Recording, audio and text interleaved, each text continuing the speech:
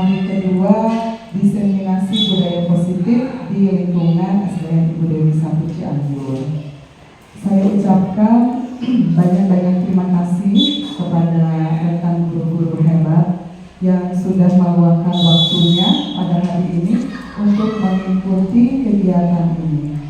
Nah, sebetulnya kegiatan ini bukan bermaksud saya untuk menggurui atau untuk memberikan arahan, tidak. Tetapi di sini saya ingin berbagi, sharing apa yang sudah saya pelajari di kegiatan pendidikan guru penggerak angkatan 9 yang alhamdulillah sudah berjalan mau masuk ke 3 bulan, mau masuk 3 ke 4 bulan. Alhamdulillah pada kegiatan ini saya ingin sedikit berbagi dan meminta pendapat dari rekan-rekan guru hebat lainnya tentang apa sih itu budaya positif. Apakah di lingkungan SDN Ibu Dewi 1 sudah menerapkan budaya positif tersebut? Sebelumnya saya ucapkan puji syukur kehadirat Allah Subhanahu wa Ta'ala bahwa hari ini kita semua diberikan kesehatan sehingga bisa mengikuti kegiatan ini dalam keadaan sehat walafiat. Salawat serta salam tidak lupa juga selalu akan tercurah limpahkan kepada kekasih Allah junjungan kita Nabi Muhammad SAW beserta keluarga dan para sahabat. Sebelumnya izinkan saya untuk mengumumkan agenda kegiatan diseminasi hari ini. Yang pertama adalah pembukaan, yang kedua sambutan dari Ibu Kepala Sekolah, yang ketiga materi budaya positif, yang keempat umpan balik, dan yang terakhir adalah doa tutup. Untuk acara yang pertama adalah pembukaan.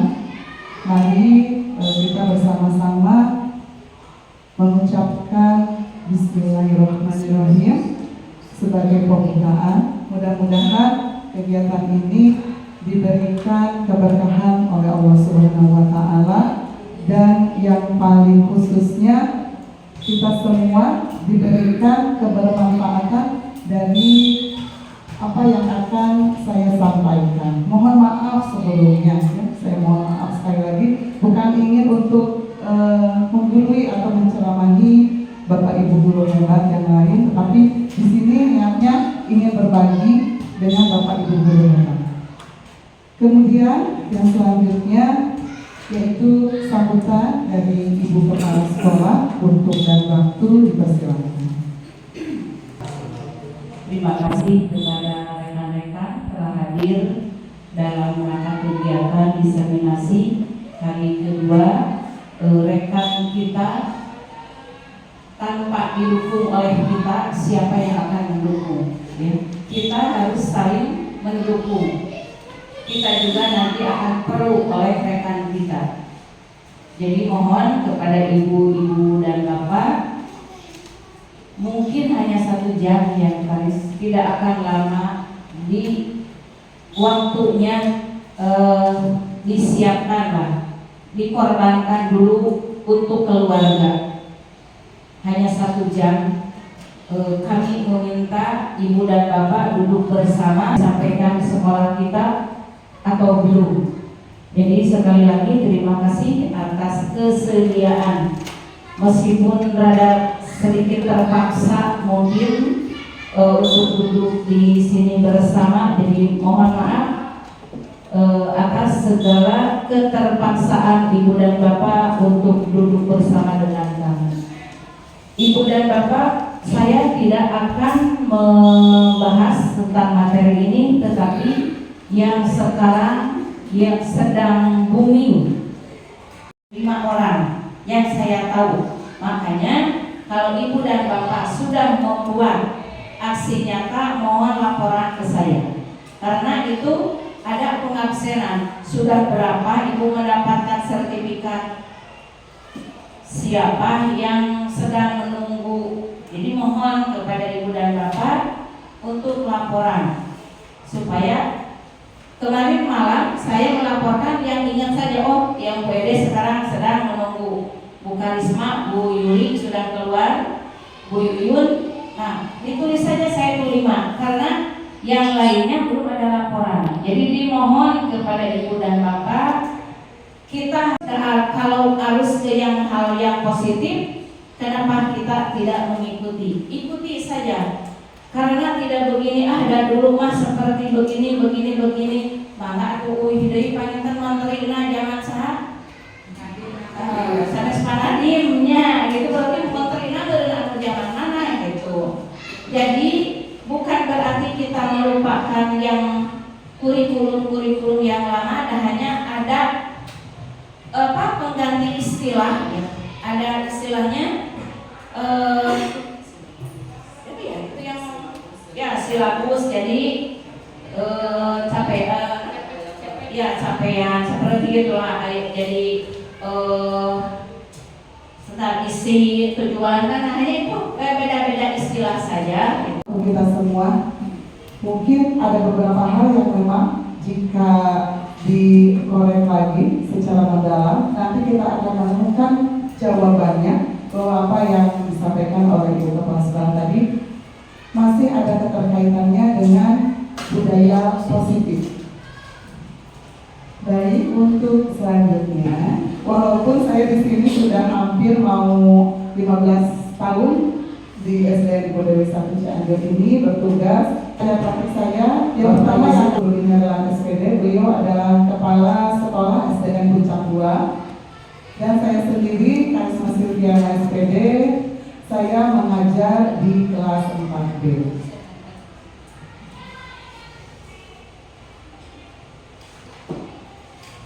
Nah, untuk mulai diskusi pada siang hari ini, ada beberapa pertanyaan pemantik mungkin ya Bapak Ibu.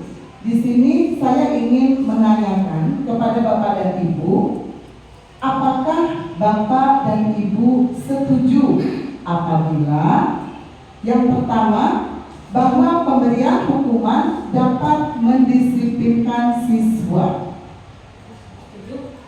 Setuju? Baik. Bisa. Ada tapinya ya maksudnya. Kemudian silakan untuk yang lain, setuju atau tidak setuju bahwa pemberian hukuman itu bisa betul-betul dapat membentuk siswa yang disiplin?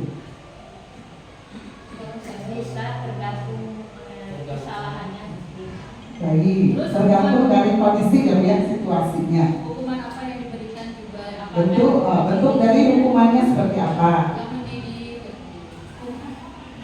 Pertanyaan yang kedua, apakah dengan memberikan hadiah atau reward ya, kita suka mendengar kata reward, misalnya seperti ini, kalau kamu ulangan matematika materi pembagian mendapatkan nilainya 100, mau ibu kasih hadiah, misalnya apa gitu ya. Apakah itu bisa meningkatkan? Oh iya, prestasi siswa menjadi lebih meningkat. Meningkatkan minat juga dia. Meningkatkan minat. Oh karena kalau saya 100 pasti dapat hadiah. Nah, ya. Ada jawaban yang lain Bapak Ibu? Hadiah itu bukan hanya berupa materi, misalkan uang, Ya, pujian. Selamat ya. Itu. Tapi yang diterima tadi hadiah. bahasa itu juga bisa. Pertanyaan yang ketiga, apakah Bapak dan Ibu setuju apabila guru harus selalu bisa dan mampu memberikan solusi terhadap masalah yang dihadapi siswa? Apapun itu masalahnya. Setuju? Ya, jadi kalau menurut siswa, gurulah yang paling sempurna di sekolah. Ya, menurut pandangan gimana? Tergantung. Tapi ada batasan. Tergantung. Tepat tetapi tetap ada batasannya. Ya. Tapi mesra. Nah, jangan itu mah. Nggak boleh ya. Nah, baik Bapak Ibu, hasil dari maka Kalau ada batasannya seperti apa? untuk batasannya, untuk mendapatkan jawaban, maka Kalau lihat kondisi sekarang, faktanya seperti ya kalau misalkan anak-anak dulu kita pengen lebih itu sudah lebih baik. betul ya. Jadi kalau batasan yang harus dilakukan. Jadi mungkin Karena istilahnya segi pujian mungkin Pak Haji seperti apa ya? Nanti kami ada kegiatan itu bahwa guru itu jangan waktunya itu teh juga membudaknya kalau sudah pensiun terlalu menjadi image gitu kami ya. kami harus begini boleh itunya yang minimal anak manusia ya gitu seperti itu jadi dari apa ya dari pembicaraan lah pembicaraan Jadi istilahnya mungkin bebas tapi terbatas. Nah, itu ya. Baik, insya Allah mungkin nanti setelah kita masuk ke materi yang akan disampaikan, ada 7 materi yang akan kita sharing, akan kita diskusikan pada hari ini. Nah, latar belakang dari mengapa sih budaya positif itu memang harus ada atau memang harus diterapkan di lingkungan sekolah. Bukan hanya di lingkungan sekolah, tetapi mungkin yang saya pahami setelah belajar modul tentang budaya positif itu, yang paling terpenting adalah penerapan budaya positif yang diterapkan oleh para orang tua di rumah. Jadi memang guru itu tugasnya hanya memoles karakter anak yang memang sudah terbentuk di rumah. Ketika di rumah sudah diterapkan budaya positif, insya Allah di sekolah pun si budaya positif tersebut sudah menerap menjadi karakter anak. Guru tidak akan kewalahan menghadapi anak-anak yang memang memiliki karakter-karakter spesial, ya seperti yang kemarin itu ada salah satu anak kan yang pindah sekolah, ya. Nah, latar belakang dari mengapa harus diterapkan budaya positif di sekolah merupakan pembiasaan hal yang baik, mencakup itu sikap, perilaku, karakter, tutur kata oleh seluruh warga sekolah, bukan hanya oleh siswa saja yang harus diterapkan, tetapi seluruh warga sekolah. Berarti kalau seluruh warga sekolah itu termasuk kita sebagai pendidik, guru yang menjadi patokan untuk para siswa. Setiap manusia memang memegang kontrol terhadap diri sendiri, baik atau buruknya seseorang itu hanya dirilah kita sendiri yang bisa mewujudkannya. Kita mau jadi orang baik atau kita mau jadi orang yang kurang baik. Sampai tadi siang kita sudah bersih tegang dengan anak-anak di kelas. Kita ya kan berarti. Nah, ya. Kemudian ketika saya bilang bebek, ya matuk-matuk kan kalau bebek ya. Nah, ketika saya bilang entong, untuk melemaskan otot-otot yang tadi sudah tegang, mohon maaf Bapak dan Ibu sila bisa berdiri, meregangkan otot-otot, ya. Nah itu, Miss sudah tahu Miss? Belum. Kirain udah tahu. Kalau udah tahu Miss bisa memimpin di depan, ya. Lagunya kalau tidak salah begini. Ayam, ayam, ayam, ayam, bebek, bebek, bebek, bebek, entot, entot, entot, entot, ayam, ayam, bebek, entot, entot. Siap nggak Pak Enda? Baik. Siap ya? Siap. Dengan gerakan ayamnya ya. 1, 2, 3.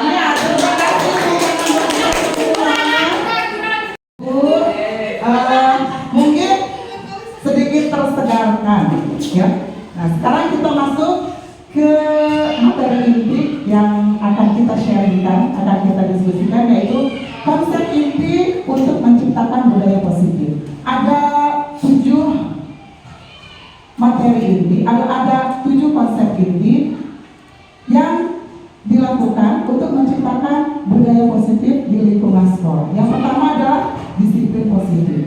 Yang kedua, motivasi perilaku manusia. Yang ketiga, hukuman dan penghargaan. Yang keempat, keyakinan kelas. Yang kelima, kebutuhan dasar manusia. Yang keenam, posisi kontrol guru. Dan yang terakhir adalah segitiga restitusi. Mungkin materi ini kemarin Bapak Ibu sudah mendapatkan dan sudah dapat memahami dari diseminasi hari pertama dari Ibu Yuyun. Nah, sekarang kita ulang lagi. Mudah-mudahan dengan adanya pengulangan, insya Allah ada sedikit pemahaman, ya. Selanjutnya, nah di sini ada disebutnya ini sebagai games pemahaman, ya. Disebutnya games cobalah buka. Nah, saya minta tolong kepada Bapak dan Ibu untuk membayangkan bahwa di tangan kanan Bapak dan Ibu itu disimpan sesuatu yang sangat-sangat berharga bagi Bapak dan Ibu. Silakan Bapak dan Ibu dikepalkan tangannya. Bayangkan ini teh dilebet nate ayah berlian misalnya. Atau misalnya cek 100 triliun. Asik. Gitu ya. Kan kita berimajinasi. Berimajinasi itu bisa menjadi law of attraction kita, dan insya Allah akan menjadi afirmasi positif, insya Allah, ya, amin. Bayangkan ini sesuatu yang sangat-sangat berharga bagi Bapak dan Ibu. Kemudian satu teman Bapak dan Ibu di sebelah kanan dan kiri itu berusaha untuk membukanya. Ada yang bisa diolok, enggak tuh buka lah, sadar, misalnya gitunya, so kayaknya ngolok gitunya diolok gitu, mungkin aku yang ninggalin, gitu ya. Kemudian ada juga yang memelas, suka ada memelas kan ya, diakui, tolonglah gitu ya, tolong gitu. Kemudian ada juga yang suka langsung maksa dengan memakai kekerasan, pengancaman, ya, suka ada pengancaman ya, lamun terdibuka, kalau misalnya terdibuka, lamun terdibuka ukuran, suka mendengar anak-anak begitu kan ya, lamun termelek, sok, cina, semua balikna, gitu. Nah, bayangkan seperti itu.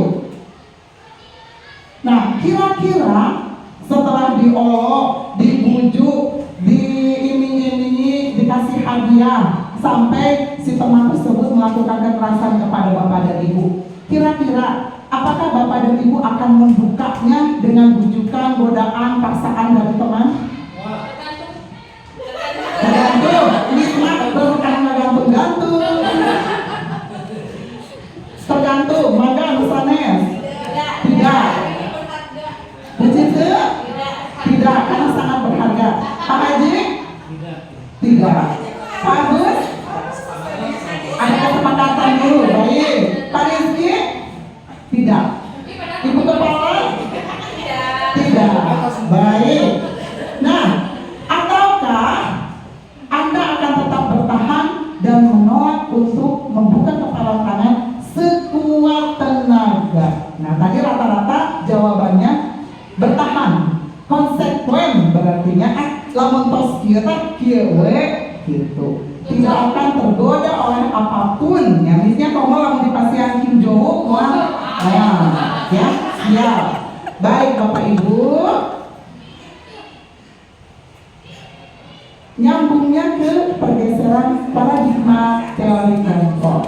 Menurut Dr. William Glasser dalam bukunya yaitu tentang kontrol teori, meluluskan beberapa miskonsepsi tentang apa itu kontrol diri. Nah, yang pertama, ilusi bahwa guru itu mengontrol murid. Betul tidak Bapak Ibu? Bapak Ibu yang mengontrol anak siswa di kelas, Iya. atau malah kita yang dikontrol oleh mereka? Oh, tidak. Tergantung. Tergantung dari tergantung baik. Ada yang mau menyampaikan pendapatnya? Situasi dan kondisi. Sesuai dengan situasi kondisi. Oh, kembali lagi ke situasi dan Tapi kondisi. saya lebih suka saya yang mengontrol. Oke.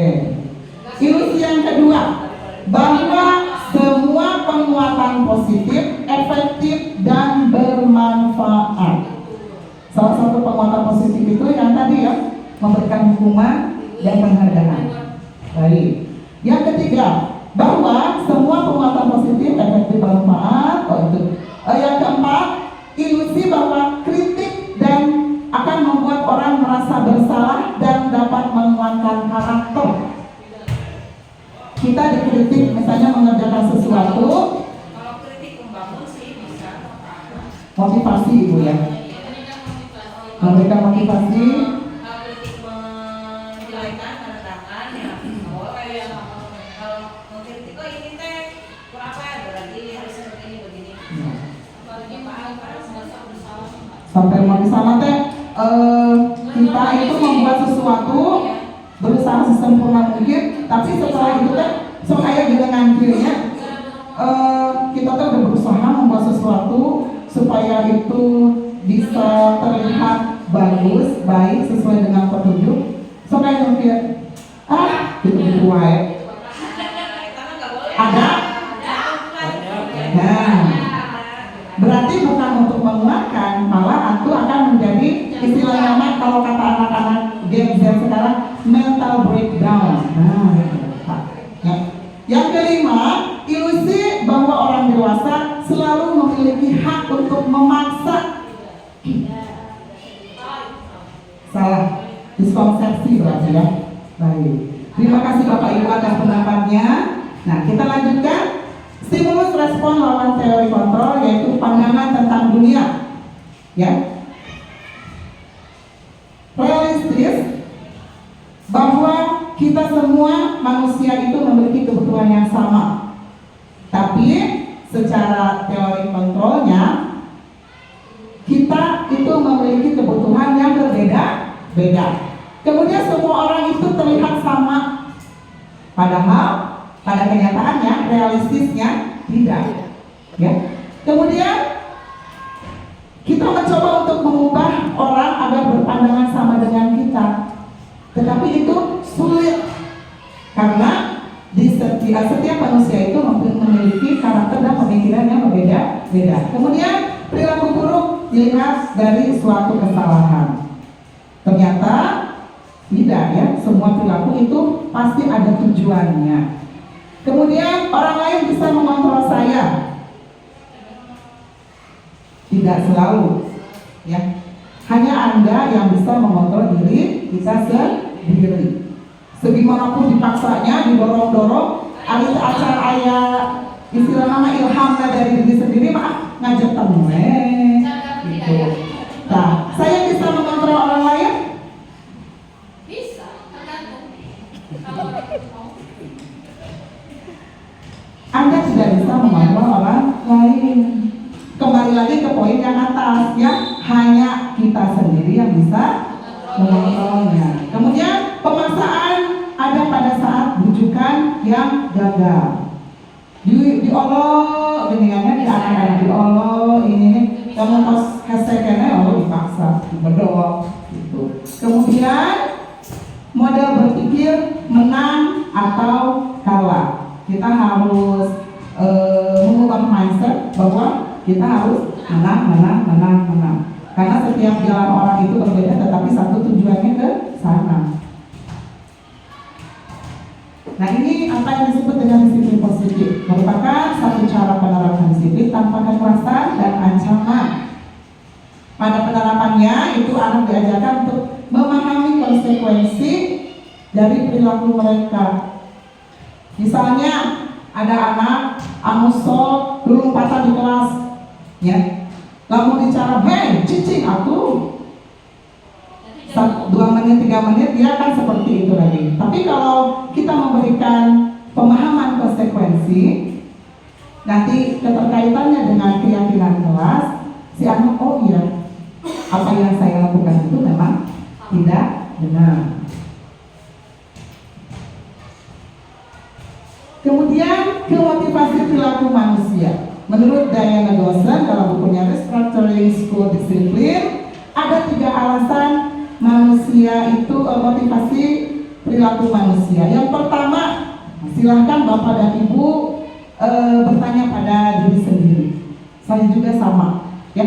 Yang pertama, kita itu melakukan sesuatu itu untuk menghindari ketidaknyamanan atau hukuman. Berarti sifatnya memaksa. Jadi belum ada kesadaran dari diri sendiri. Contohnya, ya, melakukan tugas. Gak maka paksa, emang jadi dihukum. Begitu.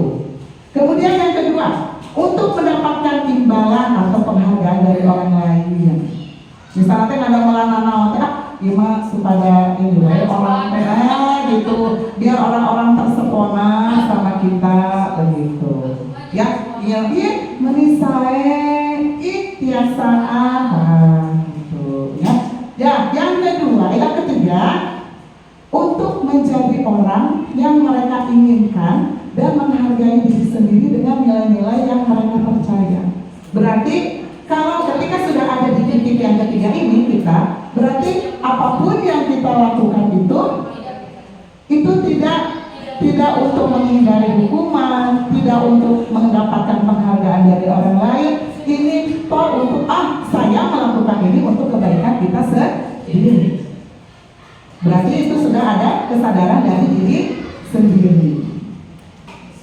Sekarang saya ingin bertanya, kalau Bapak dan Ibu sudah ada di titik mana?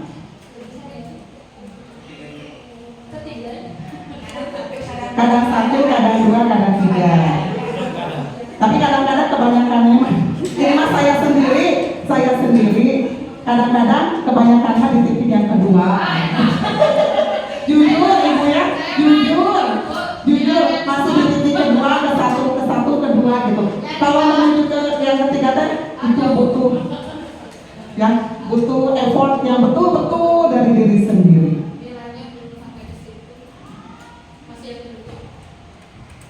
Nah, hukuman dan konsekuensi ini adalah 2 aspek penting dalam proses pembelajaran, sehingga penghargaan dapat meningkatkan motivasi dan memberikan rasa percaya diri pada siswa. Restitusi. Nah, kalau restitusi ini proses menciptakan kondisi bagi murid untuk memperbaiki kesalahan mereka, sehingga mereka bisa kembali pada kelompok dengan karakter yang lebih kuat, karakter yang lebih terbentuk, karakter yang lebih baik.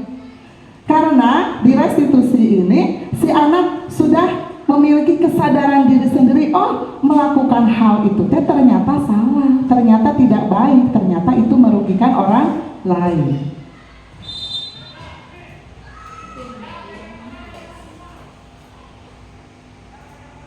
Nah, bagaimana peran hukuman dan penghargaan dalam membentuk karakter anak?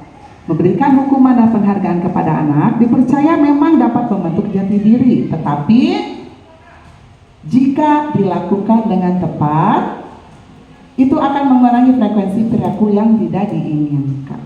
Harus ada treatment tersendiri mungkin ya.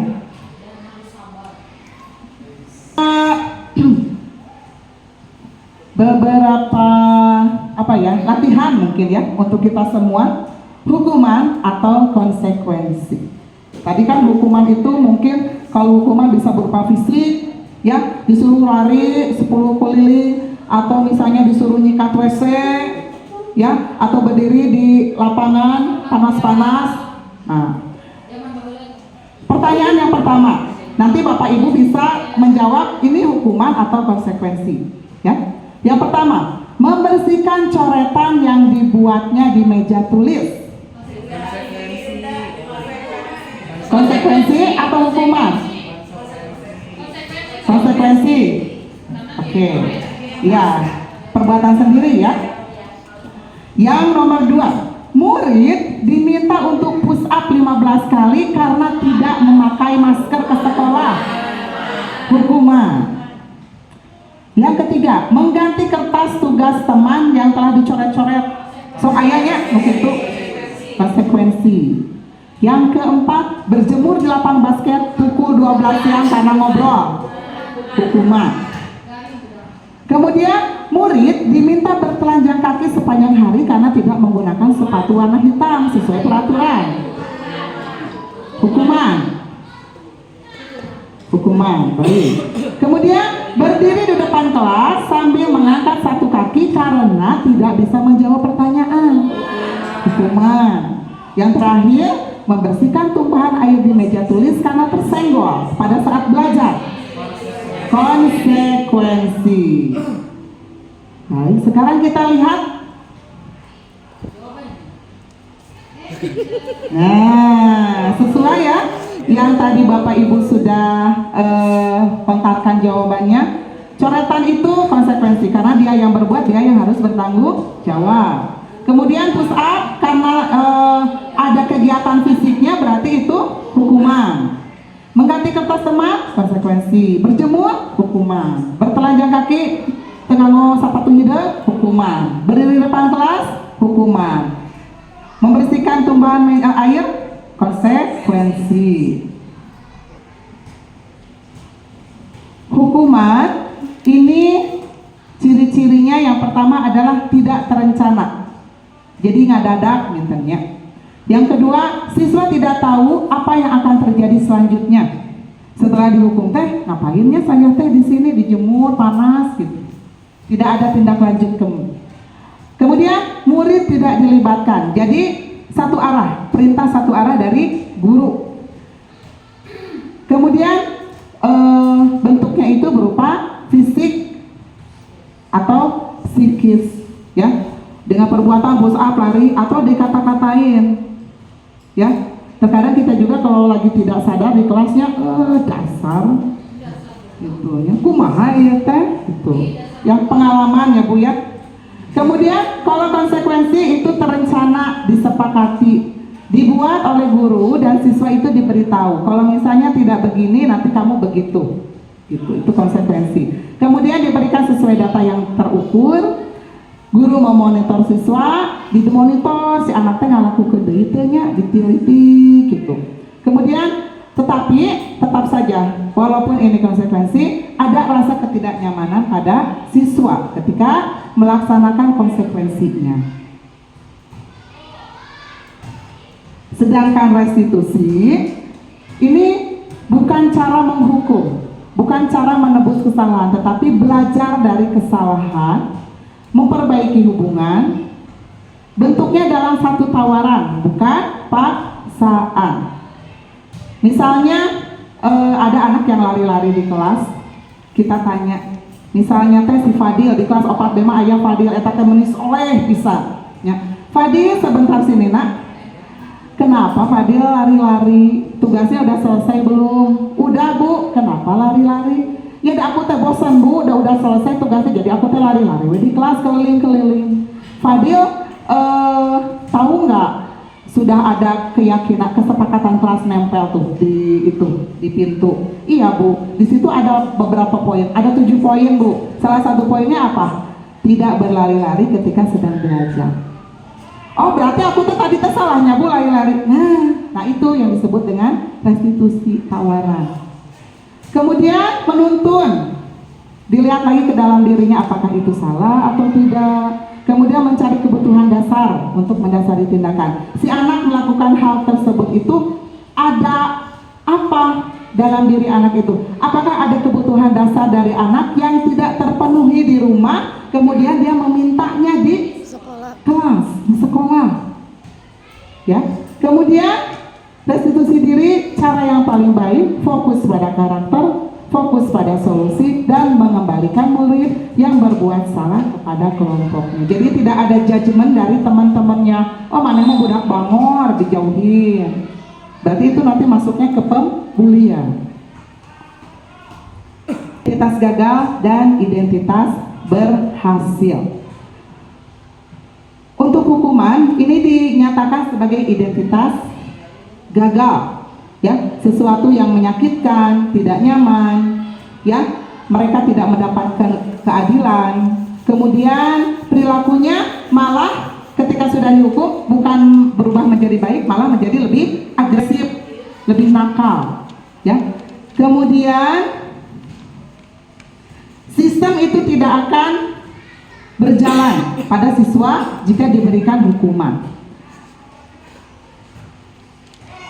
Untuk identitas berhasil atau sukses, ini ada sanksi dan restitusi. Ya, walaupun di salah satu poin tadi di konsekuensi itu masih tetap siswa itu tidak merasa nyaman.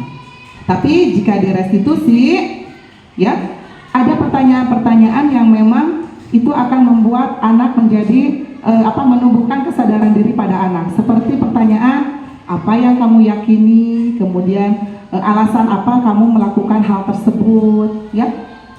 Dan setelah itu hasil dari restitusi, anak akan lebih menghormati dirinya sendiri. Peserta didik untuk dilaksanakan. Sementara kalau peraturan itu biasanya identik, jika dilanggar itu ada konsekuensi atau hukumannya, sehingga itu tidak termasuk dalam restitusi tersebut. Keyakinan kelas bukan peraturan kelas.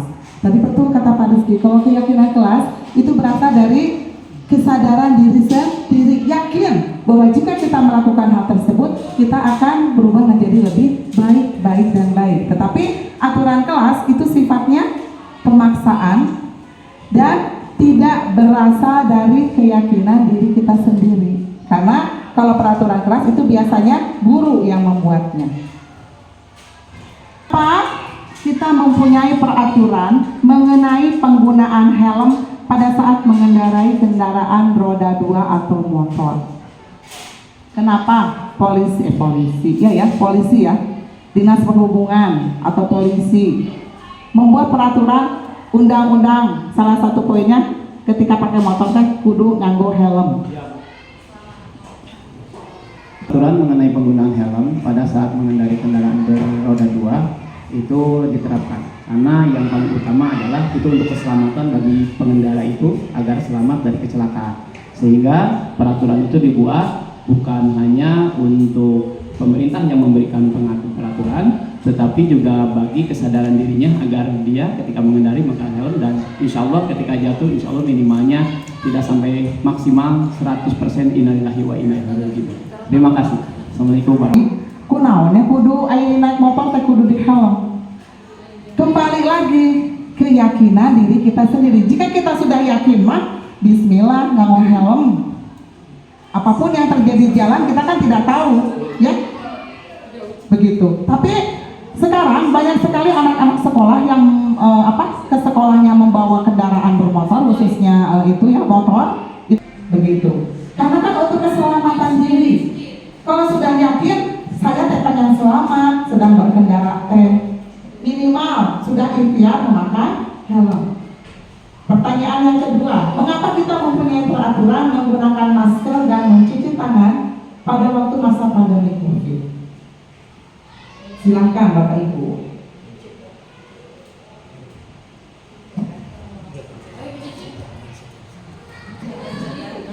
Mau mencoba menjawab untuk nomor 2. Mengapa kita mempunyai peraturan menggunakan masker? Ya seperti tadi, menggunakan helm itu untuk diri sendiri, maka menggunakan masker dan mencuci tangan setiap saat juga untuk kepentingan diri sendiri. Selain itu juga untuk supaya lingkungan di sekitar kita tidak kena imbas dari perbuatan yang kita lakukan yang tidak baiknya gitu. Jadi untuk diri sendiri dan juga untuk orang lain. Pada apa yang sedang kita lakukan, orang lain pun akan terkena imbasnya. Yang kalau kita melakukan hal yang baik, orang lain pun akan ikut menjadi baik. Ya, sebaliknya kalau kita sakarat kue, kumaha orang lain pun akan terkena imbasnya juga. Jadi intinya pada keyakinan sendiri, pada diri sendiri. Nah, kita masuk ke keyakinan kelas. Keyakinan kelas itu merupakan nilai-nilai kebajikan universal yang berkembang tanpa membedakan suku, agama, ras, negara, bahasa, adat istiadat, budaya, dan yang lain-lain. Tetapi ini merupakan yang diharapkan supaya siswa memiliki motivasi dalam berperilaku baik. Dan kesepakatan kelas itu merupakan aturan atau norma yang dibuat bersama-sama kita dengan siswa di kelas untuk menciptakan lingkungan belajar yang kondusif, nyaman, dan memang ini harus diterapkan di kelas.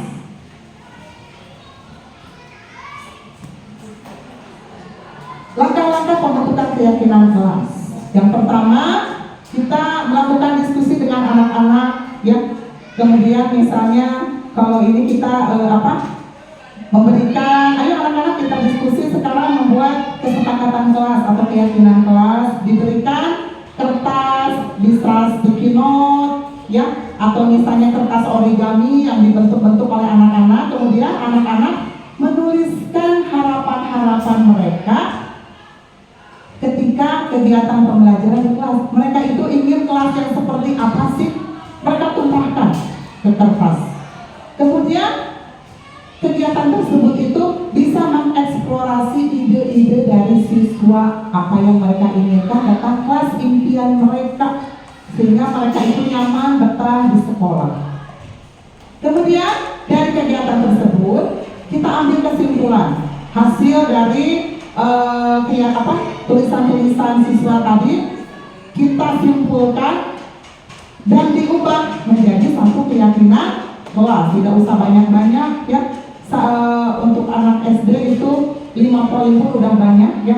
Sudah ideal 5 poin begitu, ya. Kemudian kalau sudah selesai keyakinan kelasnya ditempel, dihias dengan bagus. Kemudian anak-anak disuruh untuk menandatangani bahwa ini ada kontrak kita di kelas yang harus disepakati oleh seluruh warga kelas.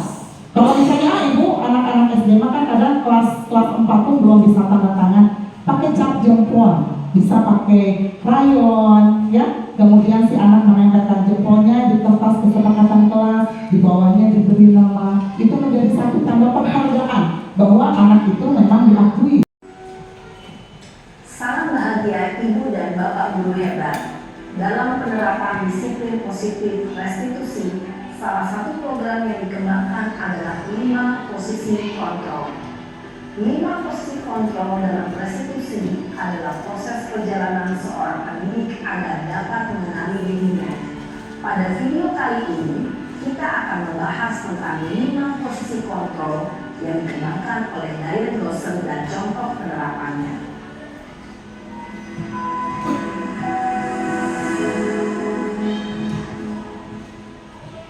5 posisi kontrol itu adalah 1.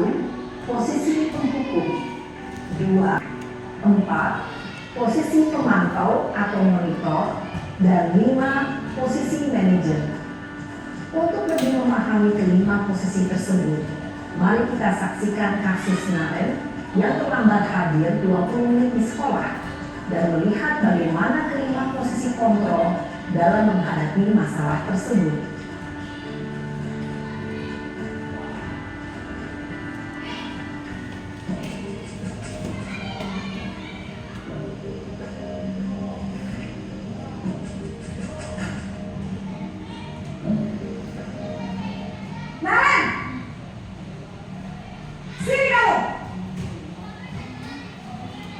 Selamat pagi, Bu. Selalu terlambat. Kamu deh, pasti terlambat. Maaf, Bu. Saya Apa? Apa coba? Alasan kamu apa lagi? Kapan sih kamu tidak terlambat? Malas sekali ya kamu jadi anak. saya Dasar pemalas. Gak kapok kan? Kamu keliling lapangan basket 2 kali. kenapa saya harus keliling lapangan basket, Bu? Kenapa? Kamu melawan ibu. Berani-beraninya jawab. Sudah terlambat, masih berani jawab pula. Sekarang, keliling lapangan basket 5 kali sekalian. Biar kapok. Cepat. Pergi sana ke lapangan basket. Posisi penghukum biasanya berbicara dengan nada tinggi, menghardik, menunjuk-nunjuk, menyakiti, dan menyindir. Hukuman bisa berupa fisik maupun psikis.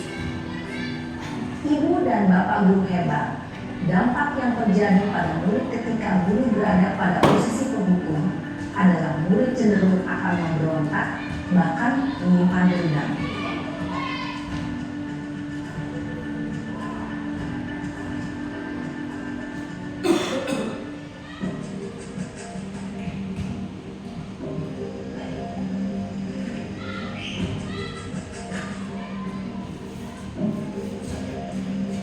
Naren,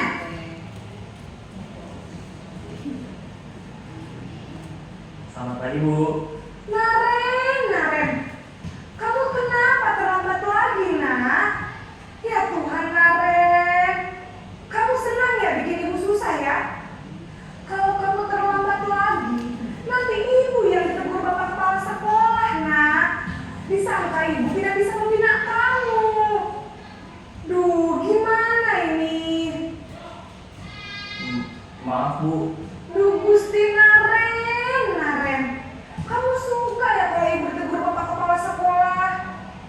Terus, sekarang ibu harus tulis apa ini di buku absen? Ini kamu sudah sering terlambat loh. Ibu harus apa coba? Maaf, Bu. Maaf sekali. Ya sudah, lain kali jangan bikin ibu susah lagi ya nak ya. Ibu tidak akan kuat lagi kalau kamu gini terus. Bisa jantungan kalau ibu tegur bapak kepala sekolah. Sana cepat ke kelas. Maaf ya, Bu. Maaf sekali. Posisi pembuat rasa bersalah berbicara dengan nada tenang, cenderung lembut.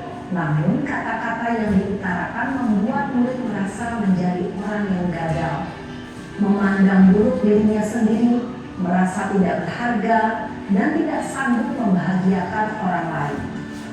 Ketika guru mengambil posisi pembuat rasa bersalah, murid akan menganggap dirinya yang bersalah dan ia akan menyimpan emosi negatif tersebut di dalam dirinya.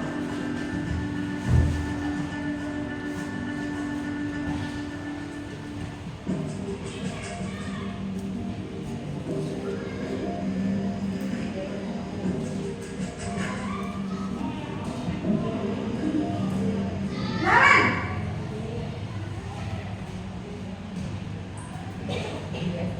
Selamat pagi, Bu. wah, sudah jam berapa ini nak? Terlambat lagi ya sayang. Iya, Bu. Habis ibu saya lupa bangunkan saya, Bu. Kamu malah menyalahkan ibu kamu. Kamu bukannya anak yang larinya paling kencang. Kok terlambat sih? Iya, Bu. Saya memang terlambat bangun tadi. Jadi, biarpun saya lari kencang, tetap jangan kejar, Bu. Ya sudah sana. Nanti lain kali larinya lebih kencang lagi ya. Biar gak terlambat lagi. Bikin seneng ibu demi ibu. Bisa kan? Bisa lah, Bu. Ya sudah sana masuk kelas. Ibu beresin urusan absen kamu.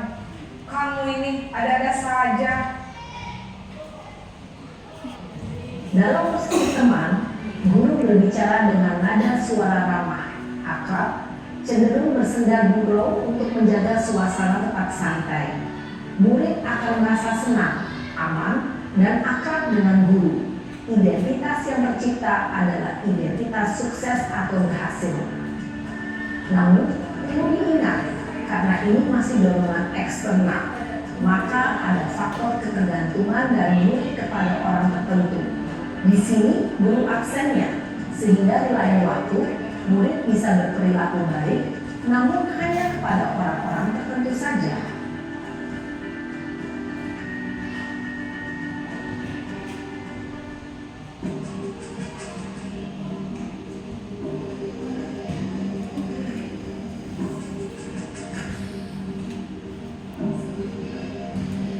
Naren,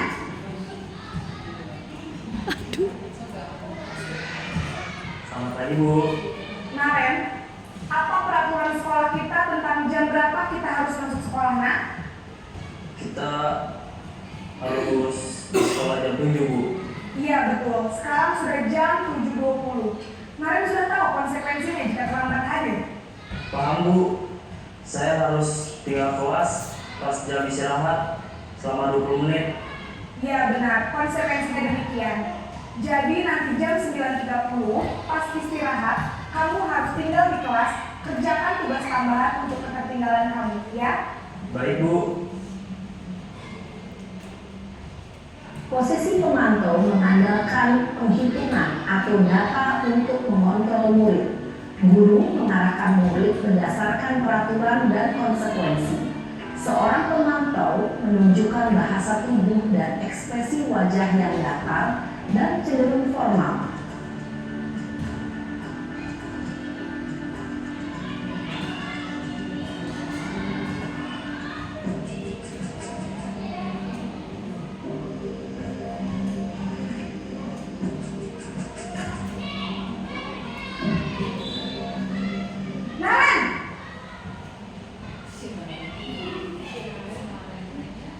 Selamat pagi Bu. Selamat pagi, Naren. Maaf Bu, saya terlambat. Iya, sekolah masuknya jam 7, sekarang sudah jam 7.20. Jadi sekarang bagaimana ini, Naren?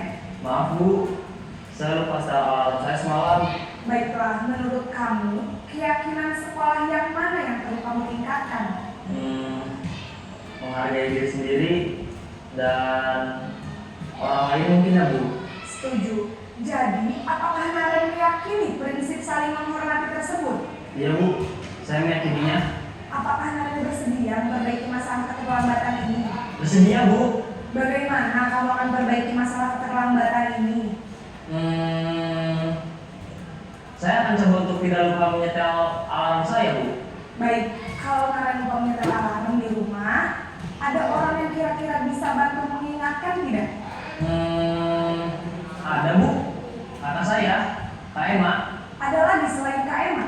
Selain Kak Emma, ada ibu saya. Baik, jadi yang mengingatkan Naren adalah Kak Emma dan ibu kamu ya? Kira-kira akan mulai set alarm kapan nih Naren? Setelah pulang sekolah, akan segera saya lakukan. Baik, jadi Naren akan setel alarm untuk bangun besok pagi dan akan diingatkan oleh kakak dan ibunda Naren ya. Ada lagi yang mungkin perlu dilakukan Naren? Agar tidak terlambat bangun lagi. Tidak ada Bu. Baik Naren, terima kasih untuk kerjasama kamu. Sekarang kamu perlu kembali ke kelas untuk belajar. Baik Bu, terima kasih. Posisi manajer adalah posisi kontrol yang disarankan untuk membimbing murid memiliki sikap disiplin yang positif, yaitu murid yang mandiri, bertanggung jawab, dan dapat memecahkan masalah. Tujuan dari posisi ini adalah agar murid dapat berefleksi atas tindakannya. Guru akan dengan tulus memberikan pertanyaan-pertanyaan bermakna, sehingga membuat murid dapat belajar dari kesalahannya dan mencari sebuah solusi untuk menyelesaikannya. Nah, setelah tadi melihat tayangan video dari 5 posisi kontrol guru, penghukum, keyakinan kelas di kelas 4B, kami senang mengikuti aturan kelas kami. Ada 10 poin di sini.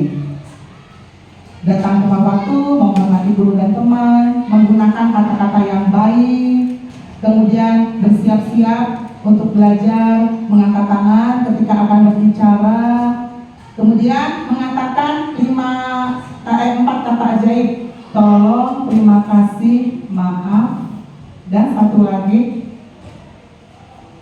kemudian dilarang berlari-lari, yang tidak berlari-lari di dalam kelas ketika pembelajaran, mendengarkan ketika ada orang lain yang sedang berbicara, kemudian menjaga meja tetap rapi dan berbagi dengan teman. Ini aja sharing aja. Kalau menurut saya ini bukan keyakinan kelas, bukan sistem, ini merupakan aturan kelas atau kesepakatan kelas. Jadi belum bisa disebut keyakinan kelas karena masih universal. Iya, ini memang belum keyakinan karena di situ kan masih aturannya. Nanti setelah dari aturan itu diturunkan lagi menjadi keyakinan kelas. Kata-kata yang di sini dirubah lagi menjadi kata-kata yang lebih positif. Sekarang dasar manusia. Nah, kebutuhan dasar manusia itu menurut Abraham Maslow dalam teori hierarki ada 5, yaitu fisiologis, keamanan, cinta, harga diri, dan aktualisasi. Ini disadur dari website Porter dan Patricia. Nah, ini 5 kebutuhan dasar manusia. Yang pertama, kebutuhan untuk bertahan hidup atau survival. Survival itu berarti makan, minum, ya, istirahat, kemudian mencari nafkah. Kebutuhan primer berarti ya, kalau kebutuhan untuk bertahan hidup. Yang kedua, cinta kasih, love and belonging, ya. Dicintai, disayangi, saling mengasihi, saling menyayangi sesama teman, ya, sesama semua warga sekolah. Kemudian kebebasan atau freedom, bebas berpendapat tetapi tetap bertanggung jawab. Kebebasan tetapi tidak kebablasan. Kemudian kesenangan, me time, ya. Kemudian healing, piknik, ya. Pas suami sangat healing, ibu.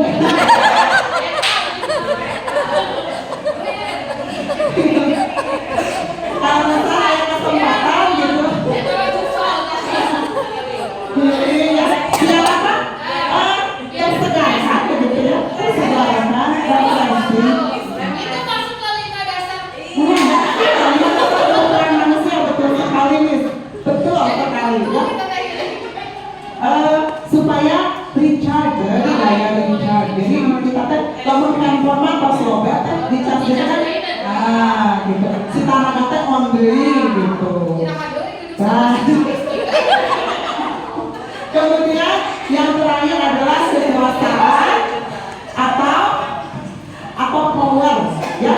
Salah satunya itu keinginan kita ingin diakui apa kemampuan apa yang kita miliki, power itu. Okay. Nah, di sini tidak masalah berapapun usia manusianya, 5 kebutuhan dasar ini selalu akan diupayakan agar dapat dipenuhi. Khususnya untuk kita dulu, maka perlu dipahami bahwa khususnya berkaitan dengan anak-anak didiknya. Mereka ingin dipandang mampu memimpin, kemudian bisa berhasil dalam melakukan tugas-tugas atau memecahkan masalah, sehingga mereka itu merasa dihormati dan mendapatkan pengakuan atas kemampuannya sekecil apapun, ya, harus diapresiasi. Dan sama halnya juga anak-anak, mereka pun memiliki kebutuhan dasar yang harus terpenuhi di sekolah maupun di rumah. Jika salah satu tidak terpenuhi, yang itu teh aya anu gagal dikdik di kelas, aya anu ngopel ka temen gitu. Salah satunya itu tidak terpenuhinya kebutuhan dasar.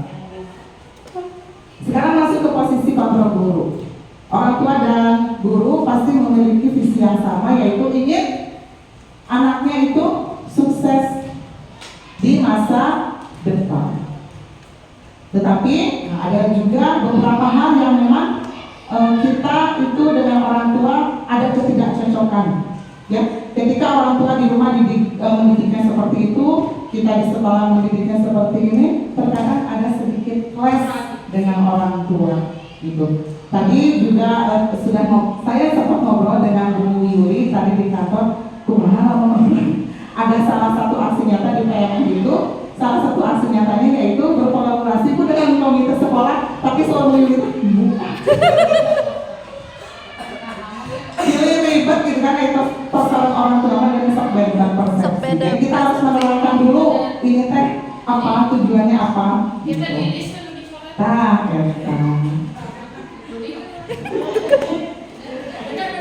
nah, ini ada beberapa contoh kalimat yang sering saya lontarkan. Ya, abdi di kelas waktu itu. Dari rada melotot, rada tarik, ya. Patuhi atau kata tertib teh. Ya, terus gimana? Coba kalau orang tua kamu tahu kamu berbuat salah begini, ibu telepon coba mamahna sok di depan. Ya, ya sudah. Kali ini nggak Kita mah ada bagiannya Pak Rizky sih kata kita. Kemudian sanksi atau konsekuensinya apa yang sudah kamu lakukan ini, apa sanksinya? Sok itunya kita ke anak. Kemudian ada juga bertanya, apa rencana kamu kalau misalnya ini sudah terjadi, cara memperbaikinya seperti apa? Coba memberikan solusi berarti ya ke anak. Nah ini posisi kontrol kita sebagai guru. Yang pertama sebagai penghukum. Ilma Abimah sering menghukum di kelasnya balik motor gitu. Menggunakan hukuman fisik, lari tadi ya, lari, push up, berdiri di lapang atau berdiri di depan board. Kemudian yang kedua, membuat orang merasa bersalah. Nyarios nama lemah lembut, tapi nyelekit karena nampekkan. Eta membuat orang bersalah. Sehingga anak itu kalau itu gini, betul ya, saya tuh memang salah. Tapi kemahannya cara memperbaikinya ini tuh. Jadi si anak itu terus merasa bersalah. Walaupun sudah kita bangkitkan lagi, sudah kita melupa, tapi tetap si anak ketika dia akan melakukan hal yang baru lagi, dia pasti akan ketakutan, aku salah. Gak mau kemana juga salah, ada anak yang seperti itu.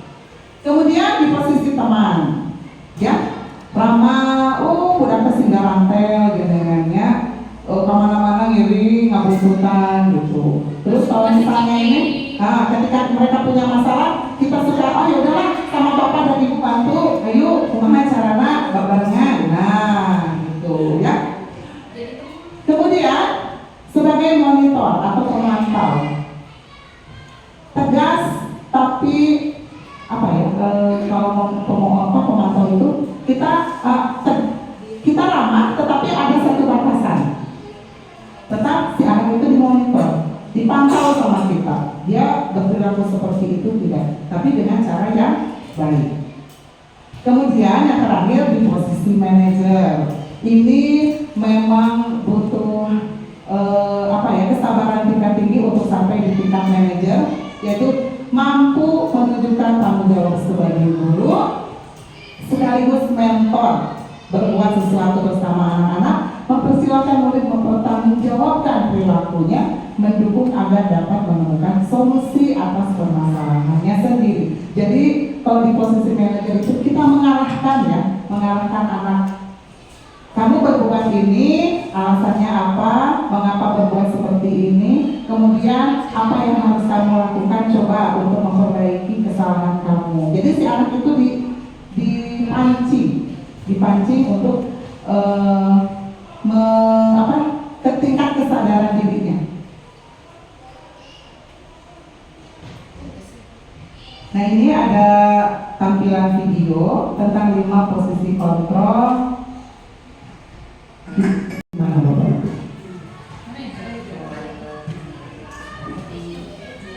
Pemantau dan manajer. Ya. Untuk penghukum mungkin itu tidak ideal, ya. Tapi terkadang kita masih ada di posisi penghukum. Merasa bersalah pun masih ada, ya. Teman juga. Jadi komplit, paket komplit. Nah, di mana posisi guru berbuat sesuatu bersama siswa, mempersilahkan siswa bertanggung jawab atas perilakunya, mendukung dan menemukan solusi atas permasalahan sendiri. Posisi manajer mengacu pada restitusi yang dapat dijadikan murid sebagai manajer bagi dirinya sendiri, sehingga terbentuk karakter dan kepribadian yang positif pada diri siswa. Jadi kalau di posisi manajer itu kita tidak bosan-bosannya untuk terus mengingatkan bahwa siswa tersebut harus terus meningkatkan rasa kesadaran dan keyakinan dirinya sendiri atas apa yang sudah diyakininya. Begitu. Selanjutnya materi terakhir yaitu tentang segitiga restitusi. Langkah-langkah dari segitiga restitusi ini adalah yang pertama menstabilkan identitas, kemudian memvalidasi tindakan yang salah, dan menanyakan keyakinan pada diri yang membuat kesalahan. Nah, untuk menstabilkan identitas, kita bisa membuat percakapan. Misalnya ada satu anak yang memang melakukan kesalahan, kita tidak menjudge atau menjudge itu menuduh langsung ya, kamu salah, kamu begini, tetapi kita menstabilkan supaya dia tidak merasa bersalah dengan cara semua manusia itu pasti akan melakukan kesalahan. Ya, ibu bapak guru pun pasti pernah melakukan kesalahan. Begitu. Kemudian memvalidasi tindakan yang salah. Anak itu berusaha untuk dipantik memberikan alasan-alasan mengapa melakukan kesalahan tersebut. Apakah mungkin tadi ada satu kebutuhan dasar yang memang tidak terpenuhi dari anak, baik di rumah maupun di sekolah, begitu. Dan yang terakhir itu kita menanyakan keyakinan akan dirinya sendiri bahwa apa yang dilakukan itu salah dan bagaimana solusinya si anak tersebut dapat memperbaiki kesalahannya, sehingga dapat terbentuk dari semisal garis sisi ini dapat membentuk anak yang tidak akan mengulangi lagi kesalahan yang sama. Baik, mungkin Bapak Ibu, untuk kegiatan diskusi kita hari ini dicukupkan sampai sini. Saya ucapkan terima kasih banyak kepada Bapak Ibu yang sudah bersedia untuk bisa berdiskusi dengan saya tentang penerapan budaya positif di lingkungan SDRI Budaya 1. Dan yang terakhir, saya ingin minta pendapat umpan balik dari Bapak dan Ibu untuk menjadi satu perbaikan diri untuk saya dalam melaksanakan tugas keseharian saya, khususnya hasil dari diseminasi hari ini.